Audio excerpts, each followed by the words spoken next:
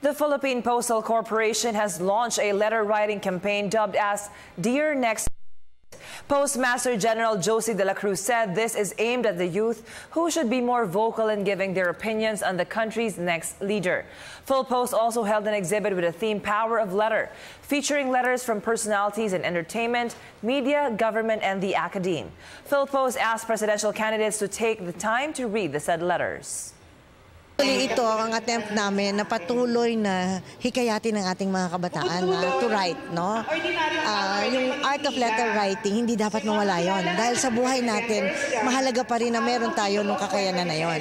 So ito na yung pangatlong taon na ginagawa namin ito. Ito ngayon, yung lahat ng sulat ng mga bata, iipunin, ikokonsolida namin at aming ibibigay sa susunod na Pangulo ng Pilipinas. Hoping na mabigyan din ito ng atensyon, makatulong sa paggawa ng susunod na Pangulo ng kanyang youth agenda.